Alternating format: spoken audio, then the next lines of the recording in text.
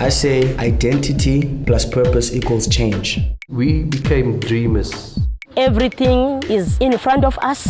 They're doing amazing things. It's going to be like the whole world in my own home. We're not looking at what we have, what we don't have, we're just following our dream. We are the advocates of our communities. That's stuff that happens organically because of who the individuals are that have been pulled into that team and that ecosystem. We believe in partnerships, we believe in collaboration. We believe that if we get together, then work together, together we can bring about solutions. They play a role that's going to be that change that people talk about in other parts of the world. I believe collectively we can pull it off. Be in the future great people.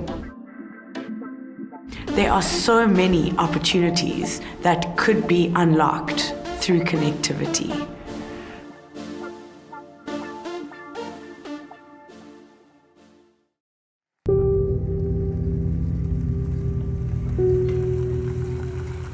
There's 4 things that I'd say would be struggles in our community. First, it would be unemployment. Secondly, is lack of identity knowledge. Thirdly, would be education. Fourth, got to be crime. A lot of young people have to leave the community to have access to institutions outside the community. When you drive like with stuff on your mind, like, hey, you must be careful there, you must be careful there. It's put like a lot of pressure on you because it's lots of people trying to get to their destinations. Now at that time, the people standing in lines, that's the time guys come and mark the people along the road.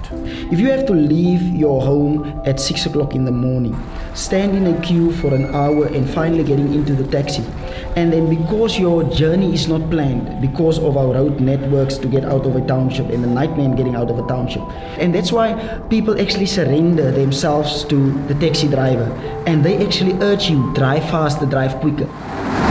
That is what I face as a single mom. So yeah, it's like tough to leave your children and travel long distance to work and come back and then still have to worry about what they're going to eat tonight. My eldest is now going to high school.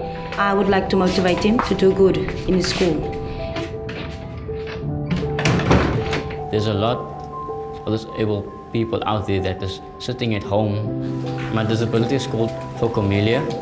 It's someone that have short limbs or no limbs at all. So these struggles right here, they all add value, they all add a purpose to a man's downfall or rise. So it's when we look at that challenges and how we overcome the challenges, technology has just become that method that we can really improve the quality of life in our township communities. You know, Mzansi is a marvelous organization within our Delft. I recommend people to come and see that they love their neighborhood, their community. Mzansi was basically a coming together of minds that had a heart for a community. When you allow a person to be able to become economically active in their immediate surroundings, all of a sudden the environment also gets manipulated to be conducive for that person's challenge. And we had to look at where do you find the value within a township community. We believe that if we get together and work together, together we can bring about solutions. And today, if you're connected, it's unbelievable what you can do by just going onto that network. So that environment is there. How do we make sure that people are grabbing that and using it to the best of their ability, continually pushing that knowledge that they've got, looking for it? So what we do, we take people through the soft skills program where we get them to build a strong self-image about themselves. We get them to believe in their dreams. It was an adventure for me, it was an adventure for my brain. They motivate you. They motivate your strengths because it's a performance-based industry. People gotta feel good to do good. I'm like a better person. My personality has changed, the way I think have changed, and the way I do things have changed. Our model is to bring the industry into the township. So what we did, we applied and we are fully accredited with the MICT as an accredited institution, meaning that people don't need to leave if they're wanting to study in that area or take on that portfolio. The other part of the conversation center that we're putting together is for the person working here to be lifted to a level of competency where they can work for themselves, because the individual will earn most probably the same amount of money they will earn in the middle of the CBD, But the bottom line, the take-home pay would be more because there's no other expenses with regards to a babysitter, taxi fare, bus fare, train fare. And that's how we're wanting to disrupt the contact center industry. People that work in call center or contact centers, they come from township. So why not create it here? So I came here, I saw it, and I saw the light. That is, for me, it's great, man. I don't see any other way. It helps me to help the others that are struggling to find jobs so that they can also benefit from the program. The role of technology and in particular connectivity, the potential that it has to unlock those economic communities, it has limitless potential. What we're really looking forward to, especially with our collaboration with Mzansi Digital Republic, is to empower communities and have them join us in our passion for connectivity.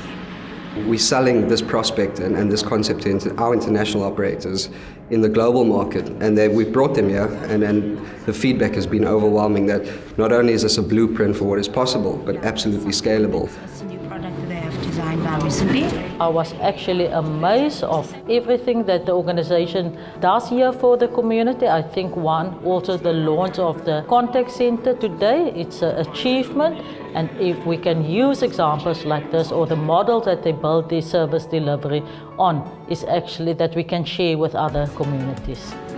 Hi, good day, Mandy. Everybody runs to Mzansi. It is a skill center. Even our children, nowadays they didn't know how to write their assignments. Now they know. They go to internet, they go to their Wi-Fi, they see everything. Mzansi has brought it to the community.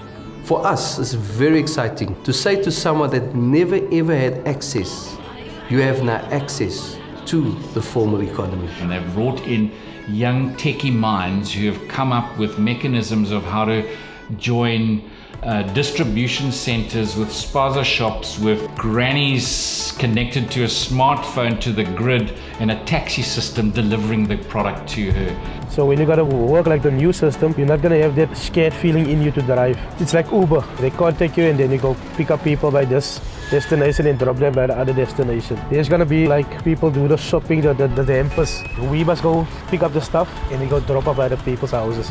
Delft today is a different place because of this, and it is going to be a very different place in another year and 5 and 10 years' time.